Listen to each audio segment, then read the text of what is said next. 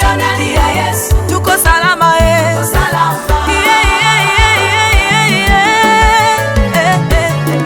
Usalama wetu uko kwake, hata ukubali upinge uko kwake. Usalama wa maisha yetu uko kwake, hata ukubali upinge uko kwake. Misukosuko, magonjwa na matatizo, wewe muite Yesu, ndiye msaada wako. Magonjwa, matatizo kwenye familia yako, mwite yeye sasa, atatenda. Mwite Yesu sasa, yu karibu kuja yeye.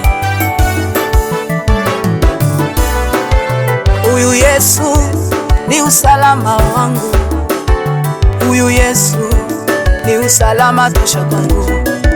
Kwenye maisha yangu yeye ni usalama